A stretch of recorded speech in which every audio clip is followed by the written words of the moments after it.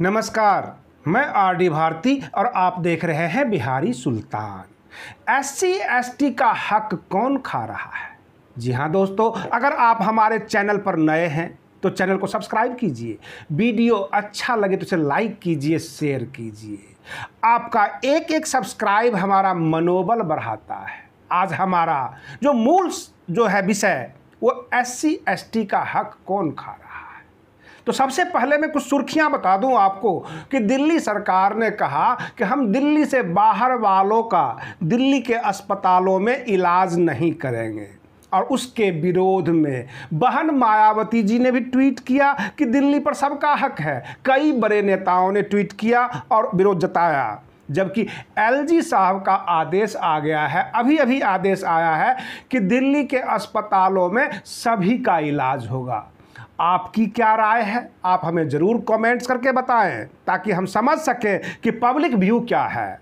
अब मैं आपको बता दूं, एससी एसटी का हक कौन खा रहा है। कई प्रश्न उभर कर सामने आते हैं। उत्तर प्रदेश की अनामिका जो एक शिक्षिका है, महिला है और एक जगह नौकरी करती है, 25 जगह से वेतन पाती है, 25 जगह उसका नाम है। क्या पूरे महीने जो है उसका अटेंडेंस कौन लगाता था? और रही बात ये कि हो सकता है कि सरकार सीधे खाते में पैसा भेजती होगी, लेकिन ज्वाइनिंग लेने के लिए तो अनामिका गई होगी और फिजिकली ज्वाइन की होगी। इसमें बहुत बड़े सवाल उभर कर आते हैं कि इस रैकेट के पीछे कौन, कितने पदाधिकारी हैं, इसकी पूरी जांच होनी चाहिए। यह बहुत बड़ा झोल है। और रही बात ये, उत्तर प्रदेश में एक ही अनामिका नहीं है। मैं आपको आज पोल खोलने बैठा हूँ। जो हमारे समाज में, जो बहुजन समाज के अंदर जागरूकता प्रोग्राम कराए जाते हैं, किए जाते हैं, वह जागरूकता किस प्रकार की है।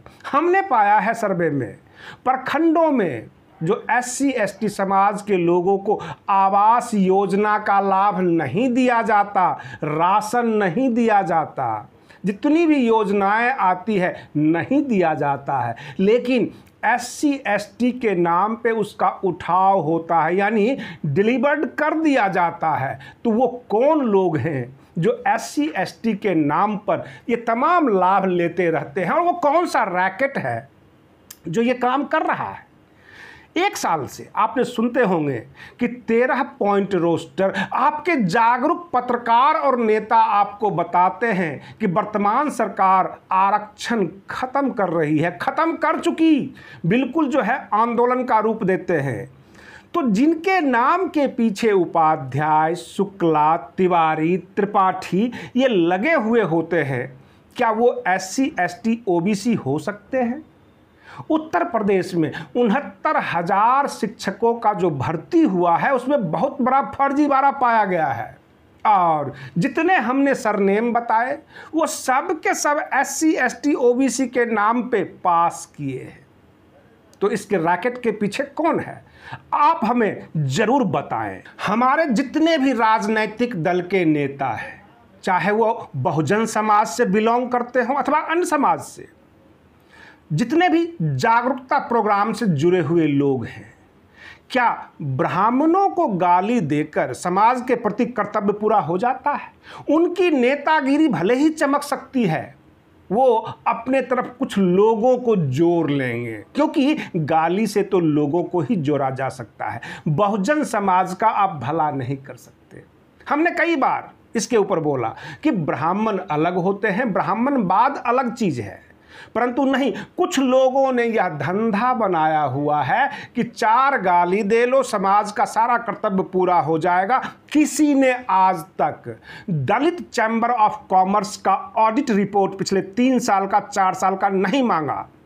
मैं ठोक के कह सकता हूं कि एससी एसटी कमीशन पिछले 5 साल में क्या क्या काम किया, किसी ने नहीं पूछा। अगर कोई पूछ दे तो उसको ये कह देंगे ये तो मनुवादी है। बीजेपी वालों ने इसको कह रखा होगा कि इनसे जो है स्टेटमेंट मांगो, ऑडिट रिपोर्ट मांगो।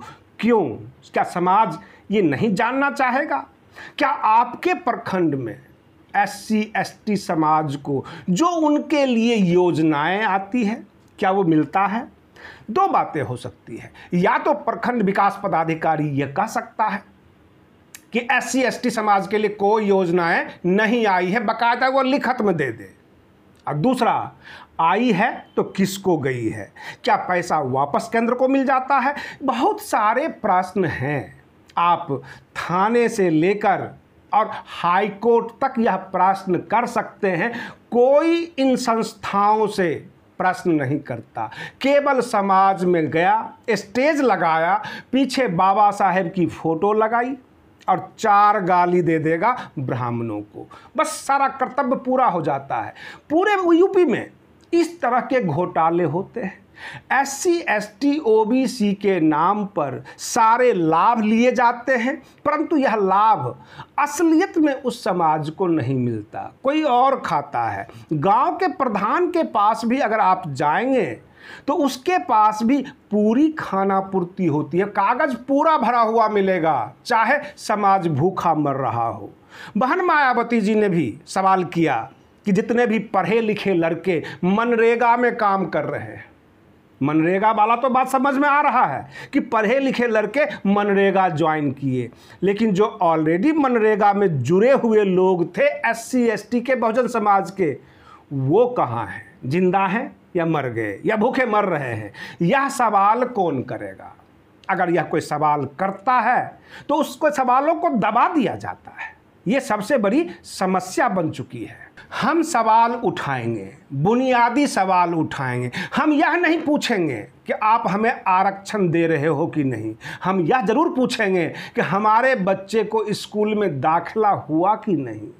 हम यह नहीं पूछेंगे कि कितने लाख आपने स्कॉलरशिप बांटा है, हम यह पूछेंगे कि हमारे समाज के कितने बच्चे को आपने स्कॉलरशिप दिया, और अगर नहीं दिया तो उसका कारण क्या है। कई प्रश्न उठते हैं। बहुत सारी संस्थाएं जब घोटाला भी करती है तो खाना पूर्ति करके रखती है। हम स्टेज पर नहीं चढ़ते, समाज से वाहवाही नहीं लेते, लेकिन हम सवाल उठाते हैं, वह बुनियादी सवाल होता है। बहुजन समाज के नाम पर बड़े बड़े फंड दिल्ली से ऑपरेट किए जाते हैं, बहुत सारी नौकरियां भेजी जाती है, वह कोई और खा जाता है। ये पूरा का पूरा संस्थागत अपराध है, जिसे आप कहिए इंस्टीट्यूशनलाइज्ड क्राइम, और इसके ऊपर कोई ध्यान नहीं दे रहा है। हमें किसी राजनीतिक दल से मतलब नहीं, हमें कभी आपका वोट नहीं चाहिए, हम केवल सेवा करते हैं और सवाल उठाते हैं, और इसके लिए जो भी हमें पनिशमेंट मिलेगा हम ले लेंगे, परंतु सवाल तो करेंगे। अभी अनामिका आई है, 2-4 और लोग जो उपाध्याय, शुक्ला, तिवारी, सब OBC SC/ST बनकर शिक्षक बने हैं। क्या पता कितने आवास योजना में घोटाला हो, कितने राशन में घोटाले हो रहे हों, शिक्षा के नाम पे घोटाला हो रहा हो, स्कॉलरशिप घोटाला हो रहा हो। आप सोते रहिए और हम जो है सरकार के पीछे पड़े रहेंगे। जब तक सरकार जाग नहीं जाएगी, जब तक आप नहीं जाग जाएंगे, हम बैठने वाले नहीं हैं। आप बने रहिए बिहारी सुल्तान चैनल के साथ। तब तक के लिए धन्यवाद। जय भीम, जय भारत।